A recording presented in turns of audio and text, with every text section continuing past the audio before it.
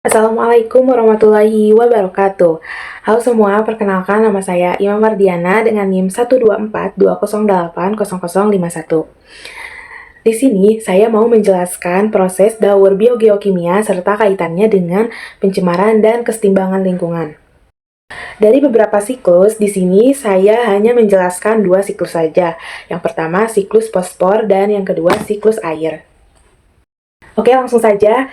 Yang pertama itu ada siklus fosfor, yang dimana siklus fosfor itu adalah proses peredaran unsur fosfor di alam dari batuan, tanah, air, dan organisme hidup yang kemudian kembali ke lingkungan. Fosfor merupakan unsur penting bagi makhluk hidup karena berperan dalam pembentukan DNA, RNA, ATP, dan fosfolipid pada membran sel.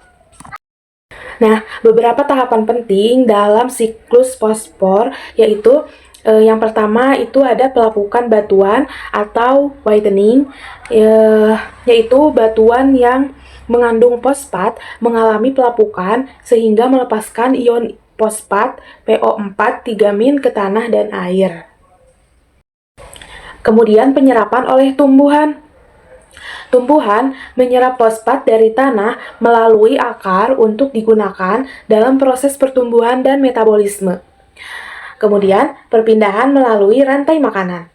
Hewan memperoleh fosfor dengan memakan tumbuhan atau organisme lain. Kemudian dekomposisi itu sisa makhluk hidup dan kotoran organisme diuraikan oleh mikroorganisme sehingga fosfat kembali ke tanah.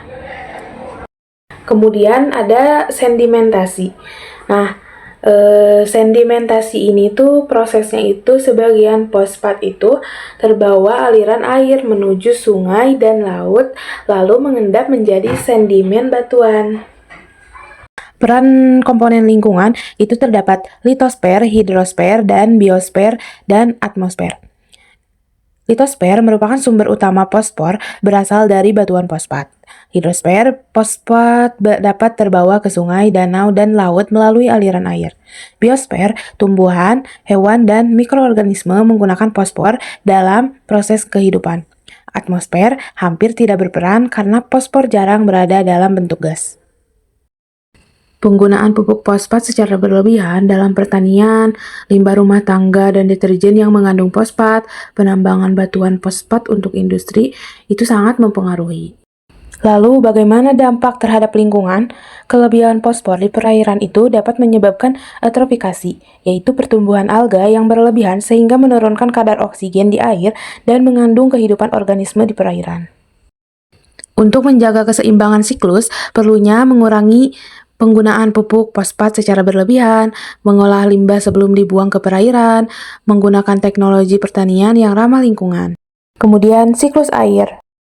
Siklus air atau siklus hidrologi adalah proses peredaran air secara terus-menerus dari permukaan bumi ke atmosfer dan kembali lagi ke bumi melalui proses penguapan, kondensasi, dan presipitasi.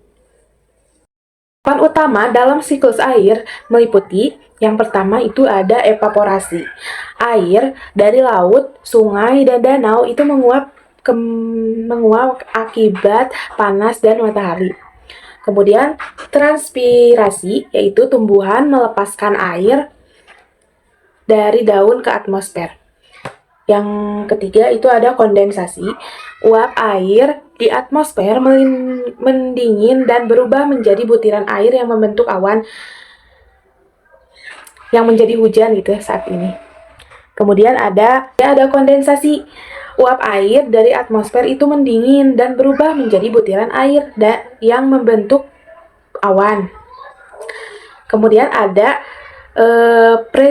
presipitasi, yaitu awan yang telah jenuh akan menurunkan air ke bumi dalam bentuk hujan.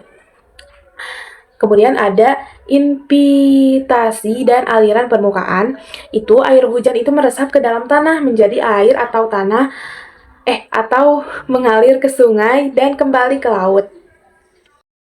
Peran komponen lingkungannya itu terdapat atmosfer, hidrosfer, litosfer, dan biosfer. Atmosfer itu tempat terbentuknya awan dan terjadinya presipitasi. Hidrosfer itu sumber air seperti laut, sungai, dan danau. Litosfer, tanah menyimpan air dalam bentuk air tanah. Biosfer, tumbuhan berperan dalam proses transpirasi.